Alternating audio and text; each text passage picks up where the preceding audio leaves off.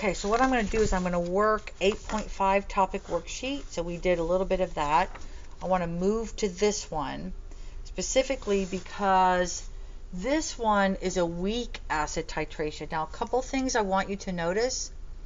Notice that in a weak acid titration, it's not, did you notice how in a strong, it's sort of like really flat here and straight up and then flat? Weak acid titrations tend to have at least this is more of a slanted area, and there's often this little bump there, and then it goes up. And if you notice, well, we'll calculate this. The equivalence point, remember, for weaks is going to be higher in pH than it is than 7. Okay, so this is the equation that we're looking at here.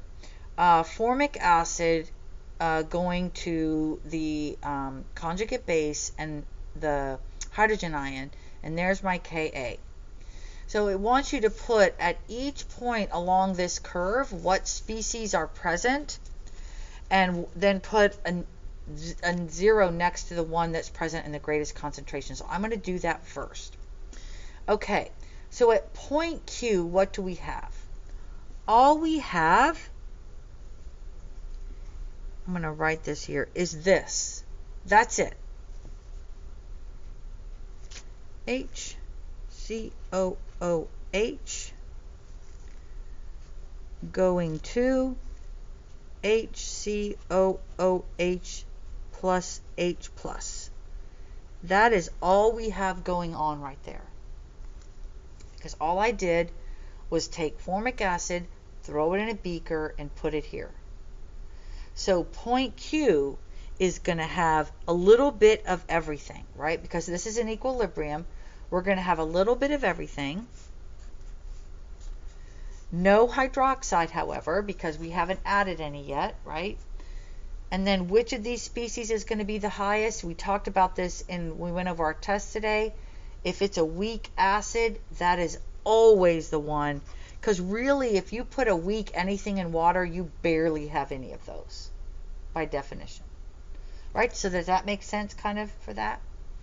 All right, so what's happening through R, S, and T? Okay, so let me show you a picture of Q, actually. So if I want to look at a Q, here we are. I have lots of HA. See, it's not dissociated. I'm right at that point. If I want to find the pH at that point, it's just a Rice table, where Ka is equal to x squared over the original concentration of HA, where x is equal to that. Okay. All right, let's look at R, S, and T. Now, for this whole region here, what chemistry is going on? So basically, I'm taking my acid, I'm adding hydroxide, and that's going to the acid plus water. Sorry, not the acid. The the anion. So let me fix that.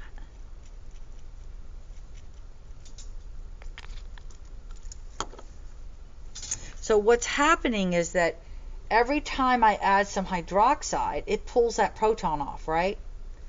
If I add 1 mole of this, it's going to take off the proton of 1 mole of these. Let's say I had 5 moles of this. If I have 1 mole of this, it's going to take 1 mole of these off and leave 4 moles behind and make 1 mole of that, right? And it's just going to keep pulling it off all through this region, pulling it off, pulling it off, pulling it off. So now, when we get to R, S, and T, however, the difference between them is how much of this I add. So when I'm at R, I've only added a small amount of this, all right? So I'm not going to have any of this left because it's all this is in excess, so this is going to be all gone. But I'm still going to have a little bit of everything, and this is going to still be in the greatest amount, but I'm going to have less of this here than I do here, because the hydroxide has taken some of this away. All right, now what's happening at S? When I get to S, the concentration of this and this are now equal. I have added enough hydroxide that these are equal. That is my half equivalence point, right? That's what it means. Now, I have all of them, but these are present in equal amounts, and they are the highest concentration. Okay, now what does T mean? When I get to T, now I've taken away a lot of this, and I have mainly this now.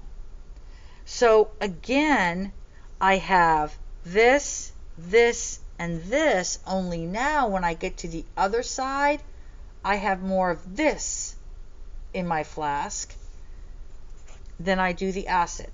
So I start here, I only have acid. Here I add OH, but I have more acid than base. Then I add OH and I have equal acid and base.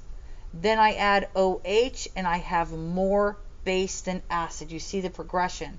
I'm pushing it over to this way till I get to the equivalence point, which is not on here, but that's okay. At the equivalence point, what has basically happened is I've put in enough of this that everything is this. These are all gone. It's gone all the way, and all I have at the equivalence point is this and water. Now, what's happening at U? At U now, and now remember, at this point, this is not at 7. Why? Because this right here will react with water and form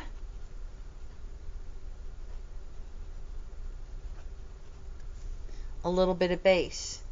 And so this pH is going to be slightly higher than 7. All right. Again, just like the strong, what's going to happen if I keep adding hydroxide and adding hydroxide and adding hydroxide?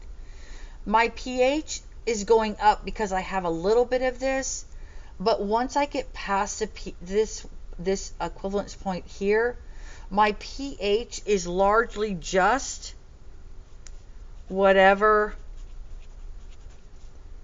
OH minus I add. That's what's going to overwhelm the pH in this region. So U really only has this and this, right? And this is present in the highest concentration. I still have this in there, and I'm just going to add OH and add OH and add OH. So I'm going to have some of this, and this is going to be present in the highest concentration. Okay? So now, knowing all that, let's look at how to do these calculations. So the first one says, I'm going to take my flask of this, and I'm going to add 15 milliliters of this base, and it's telling me what my pH is. So in this curve, I am somewhere here. 4.3 is here, so I'm somewhere on this part right here. Right? That's what that tells me. So what is my hydrogen ion concentration? Well, it tells me my pH, doesn't it? So I just have to take this is equal 10 to the minus pH. So this is equal 10 to the minus 4.37, which equals 4.27 times 10 to the minus 5 molar. Because it told me what my pH is. Well, how much of this do I have? Well, if I know how much of this I have, OH minus is just KW divided by H plus. So that's 1 times 10 to the minus 14 divided by 4.27 times 10 to the minus 5, which is 2.34 times 10 to the minus 10 molar. So notice that in this region, I don't have hardly any hydroxide, do I?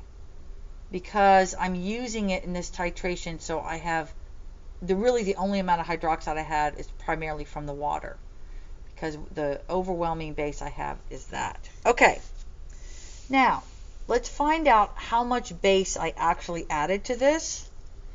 And so what I'm going to do is, if I added 15 milliliters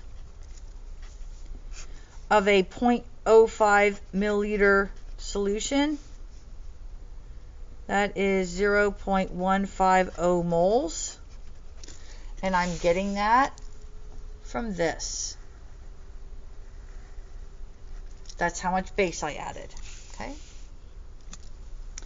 and I do that, and I get 2.25 times 10 to the minus 3 moles sodium hydroxide. Okay, now we're getting into the hard part. This is what we want to know, right? The number of moles of this in solution. All right, let's go back up to what we know up here. This is what's happening in that region, right? All through here, I'm taking my acid, reacting with hydroxide, and making the anion. So if I want to know how much of this anion I have, it's a 1 to 1 to 1, correct? Which means that however much of this I reacted, however much of this I put in, because that's changing, I can only get that much of that, correct? Because every mole of these is going to take away a mole of those. So if I have a mole of this, I'm going to get a mole of that. Even if I have 10 moles of this, let's say I have 10 moles of this, if I only have a mole of that, I can only get a mole of that. That is my limiting reagent. So that means that these two are the same.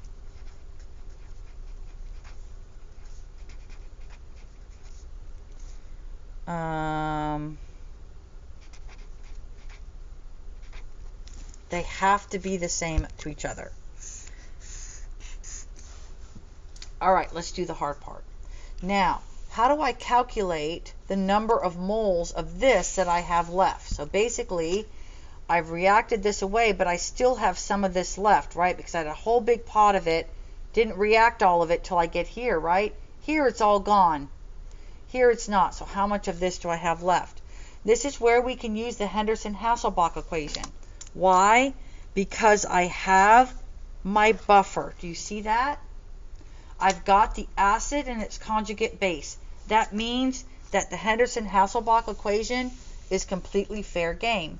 And so if I look at the Henderson-Hasselbalch equation, that is equal to the pH is equal to pKa plus the log of, I'm going to say it this way, the base over the acid. Now, so that means if I know this, and I know this, and I know this, I can calculate that. So I'm going to write this in here. pH is equal to Ka plus the log of what?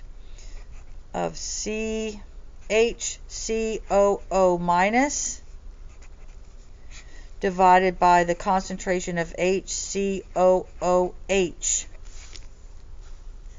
So let's plug it all in.